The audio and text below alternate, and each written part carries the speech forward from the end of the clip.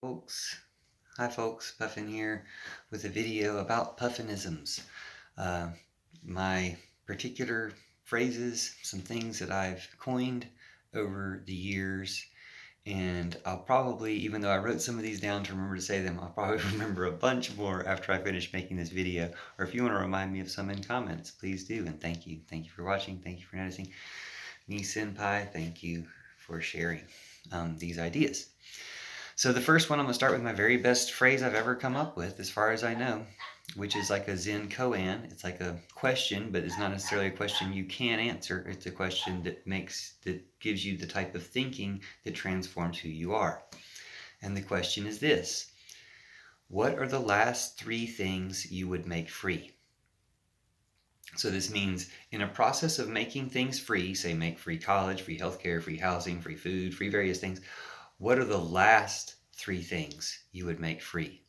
Once we've made everything else free, what do you think are the last 3 things people should pay for? Again, think about it as hard as you want, but it's not a question you can answer, or you can try to answer, and your answer will show something about your psychology in your current state, and your answer when you transform will show something about your psychology then. So try to answer it, please do. Please leave your answers in comments. What are the last 3 things you would make free? I should make a video just for that. But I'm already ready with some Puffinisms, so I'll read some more to you. Superabundance. Superabundance is an idea I most recently hit upon. This is probably my most recent thing. What are the last 3 things you make free? I probably came up with that 10, 15 years ago. But superabundance is the result of that. Once everything is free, there's enough for everyone. There's enough for everyone to have enough, and enough for rich people to be rich, and enough for super duper rich people to be super duper rich. There's enough for all of it. But the problem is the myth of scarcity. I didn't come up with that phrase. The myth of scarcity is a phrase that some other people know. Scarcity is not true, but they create scarcity in order to keep a oppressive and exploitative economic system. We don't need an exploitative economic system to keep some people rich. We can have an abundant system where everybody has enough and some people have way more, and it's way easier for people who have enough to get way more if they want it, or people are going to be pretty happy having enough and do other things with their time instead of striving and stratifying and all this stuff.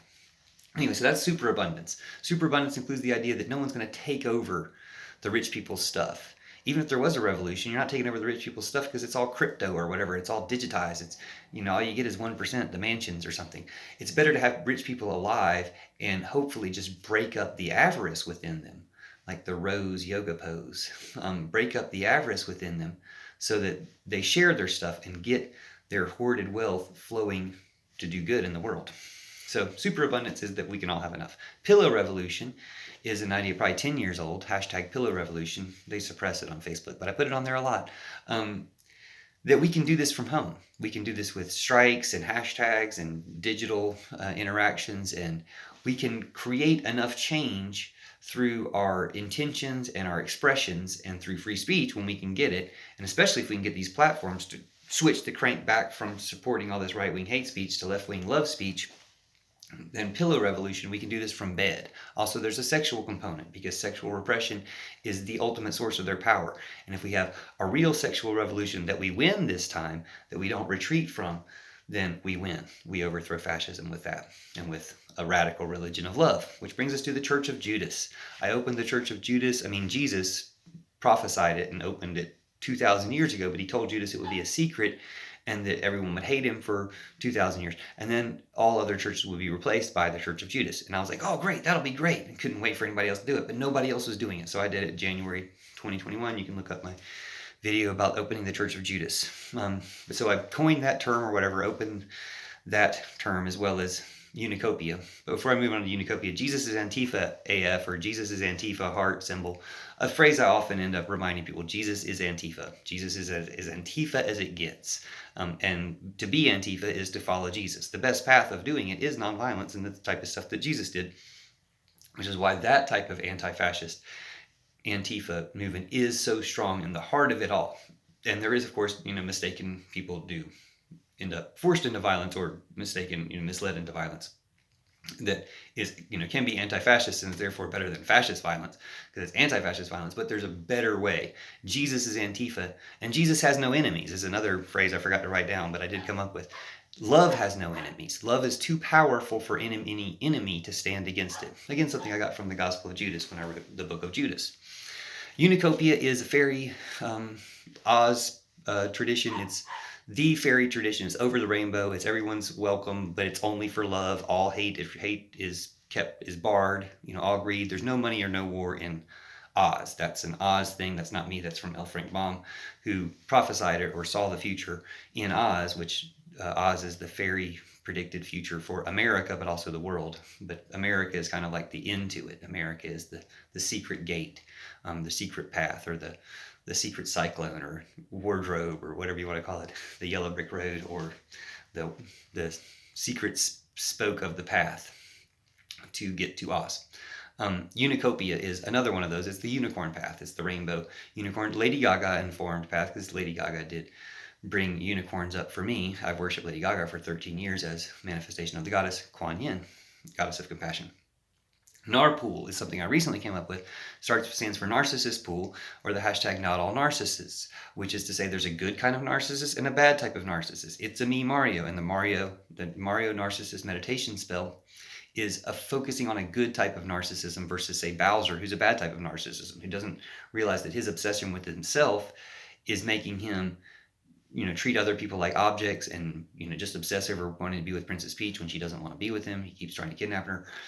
Mario's only trying to liberate and make people free and happy, and help by being his most genuine best self. Mario is helping other people be who they really are and set a world free from evil tyrants. So that's a good type of narcissism to have. More about in my narcissism videos. You can look those up. Burn This Way is the hashtag I came up with, 2014, so 7 years ago now, maybe 2013, probably 2012, 2013. But as soon as I was aware of Bernie Sanders, it's merging the Lady Gaga Born This Way and LGBTQ fairy movement into the Bernie movement, because it is the same movement. It's this intersectional liberation of humanity, which includes the sexual liberation. Fairy Liberation Front is one I made on Facebook, or Nationalized Facebook. I can't believe I forgot to write this down. Fairy Liberation Front is the, like the political movement of the liberation of all fairy, all love things, kind of the secret heart of all this other stuff, or the thing that entwines throughout all of them is fairy, or magic and nature. And this fairy love the Fairy Liberation Front is both something we can do in the world and something we can do in ourselves. We can liberate fairies and fairy energies and magical energies and things within ourselves. So the Fairy Liberation Front is a microcosm, macrocosm, inner, outer revolutionary movement. That's also about being a monsterite. Pause up, Lady Gaga, I love you forever. Pause up, Lady Gaga, I love you forever is my mantra. Personally, as an Ozite, as a monsterite and Ozite. Ozite refers to from the future, from the fairyland of Oz, where there is no money, there is no war, ruled by I don't want to spoil it because you should read the books, but ruled by a fairy girl ruler with love. Monsterite is, of course, ruled by Lady Gaga, Mother Monster, beloved and devoted to her, and the path of creation and creativity and freedom that she has opened up for us as a manifestation of the goddess, and manifesting the goddess. That I don't worship Lady Gaga as some exclusive manifestation of the goddess of compassion, Kuan Yin. I worship all people that way, and she just happens to have that ability to bring more of that, to manifest more of that for me, that I've recognized and noticed more in her, which, as I'm sure other people do for you, whether you call it you're recognizing the goddess in them or not, you feel that way about people. And if you think about it, you might realize that is how you feel about them. I'm from the future, Oz. That's something I've told people before. I just really like Bauhaus. It's something I told people before I discovered Lady Gaga. I knew I was some type of witch, some type of pagan, but I didn't have any tradition to call it. So I just said, I just really like Bauhaus, because Bauhaus is an amazing band, the first goth band. Just listen to some Bauhaus and you'll see why.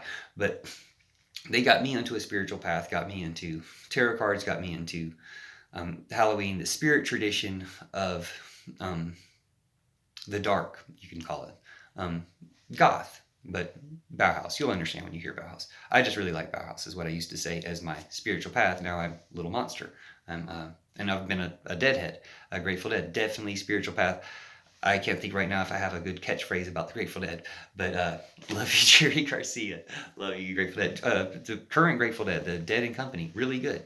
Listen to them. You'll see what I'm talking about. No money and no war. That's not my thing. That's from Oz. But that's the secret to it. There's no money and no war. That's how you're ruled by love. With no money, there is no war. With no war, there is no money. We don't need or miss any of them. Wokens is a way to get rid of money. That's my idea. You can have it. You can take it. You can go make a cryptocurrency called Wokens. The principle behind Wokens is it can only be spent on woke businesses. It can only be spent on environmentally sound businesses. Then, as this cryptocurrency exists and somebody's, checking the list, checking it twice, Santa Claus style, to see who qualifies on the list, who's good, who's naughty, and who's nice, then when that's the case, Santa Claus style, when that's the case, then people will invest in Wokens because it does their boycotting for them. And the popularity of people wanting to invest in a cryptocurrency that has conscience destroys all other cryptocurrencies and currencies and replaces them, because it will be the obviously, you know how cryptocurrency works. So it grows fast. Whichever the popular one is grows faster and supplants the rest of them. Everyone wants to be the new top dog or replace Bitcoin or whatever. Wokens. So if you want to start it, you can run it, whatever. You can have all the power of making the list or whatever, but start it, because that will destroy all other currencies. You're welcome. And we don't need currency. Once we get superabundance, nobody needs to keep track of it. It's just a waste of time and a headache to keep track, because you have superabundance. Everybody has enough. Rich people get richer. 12 minutes in, and I've got 2 more pages. Let me just go fast. Everything is fairies. Another Puffinism. Everything is fairies. Just a way of approaching the world to see the magic in it all. And it's true. Fairies are within everything. They're the inner world. Aliens are the outer world up there. Fairies are the inner world in here. Ghosts are the past world back there. Angels are the future world where they transcend all time. Angels are the spirits, the immortal spirits. So I have a book called Ghosts, Angels, Aliens, and Fairies Are Real, and You Can Be Too. It hasn't come out yet. Just look for that in the future. Masculinity is a dangerous myth. This is toxic masculinity is redundant, meaning masculinity is toxic. It's a cancer. It's a dangerous myth. It doesn't really exist. We've perpetuated. Making a man of someone is always a traumatic experience, traumatized on successive generations. I'm considering trying to find some positivity in masculinity, thanks to this awesome, beautiful Reiki healer that I fell in love with. But I'm not sure that I'm going to find it. I will consider that, but currently I'm still on this perspective. Masculinity is a dangerous myth. We don't need it. We can get rid of all of it. If we eradicate patriarchy and white supremacy at the systemic level, and at the individual level, we eradicate masculinity, I don't see any loss. I don't see it. I mean, we can have it for fun in video games, like violence and stuff. We can have it in video games, but in real life, I don't see any loss to eradicating what masculinity basically is, as far as I can tell. I saw somebody say something about I can't go off on this tangent right now. I had a good comment on somebody's thing, responding to them saying that masculinity is this and this and this, and this is why it's not. No, that's all perversion and corruption. We don't need that. Apes did that when male apes used to biologically kill baby male apes because they were, they didn't always even do that. They only did that when resources became scarce or something, when they were in a tight situation. But that's how they developed monogamy. Now, we could have developed and evolved past monogamy even by now. Something that apes came up with a long time ago, but we're not even at that level of, trying to respect each other on a individualistic level to not kill each other's children. Anyway, we eradicate patriarchal white supremacy at the systemic level and at the individual level, eradicate masculinity. Nothing is lost. That's something I've come up with in recent years. Something I came up with back in the 80s is the concept of a girl free in a boy's body, because or a boy body. They used to always say, a girl trapped in a boy's body, or a boy trapped in a girl's body. Well, I never felt trapped. I felt like I was supposed to be here, just a girl, and that's okay. Nothing's wrong with that, and it's okay for everybody to be a girl. It's actually much better if everybody's a girl. Pause up, Lady Gaga. I love you forever. That's my blessing, Lady Gaga. Thank you for coming into my life. Always will love you, and thank you so much. Wish I could meet you, date you, marry you, whatever. I love you. Jesus bless you. Judas bless you. I bless you. Goddess bless you, and bless yourself. Jesus bless you, Judas bless you, Goddess bless you, I bless you, bless yourself. This is a take on the Larry the Mime skit. Boo yourself. It's the opposite. Bless yourself.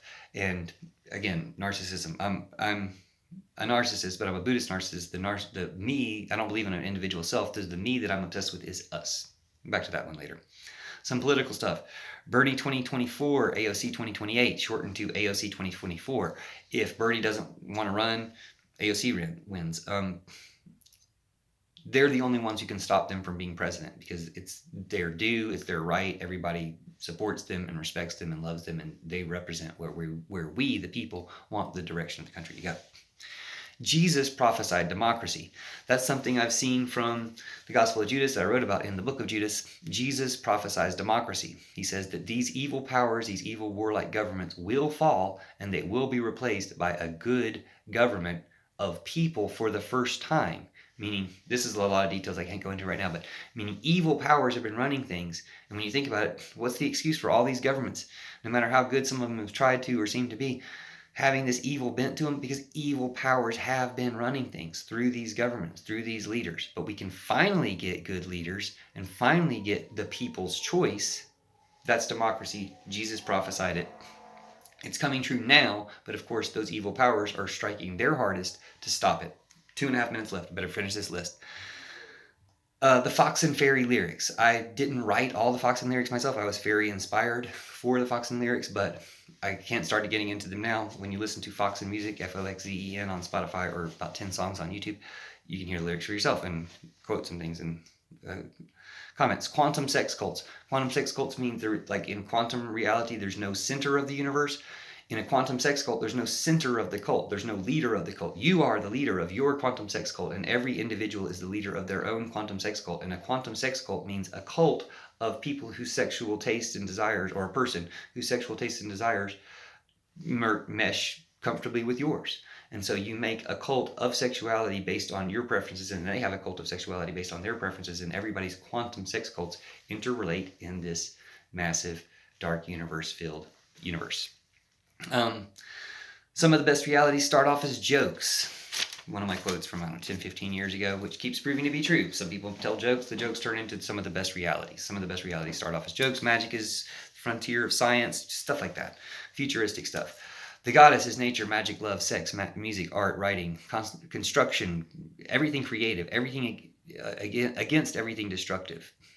All the quotes from all my books, the Book of Judas, the Art of Betrayal by God. There's some good quotes in there. I didn't have time to dig through. Antifa News Briefa, just the name of my show, just to let people know it's not Antifa. It's not Antifa like you're some type of, polo club. It's Antifa News Briefa. Hillahoo, hashtag I made for Hillary back in 2005, or whenever it was, 2012, something like that, to remind everyone she's going to be a footnote. She's the one who got Trump elected.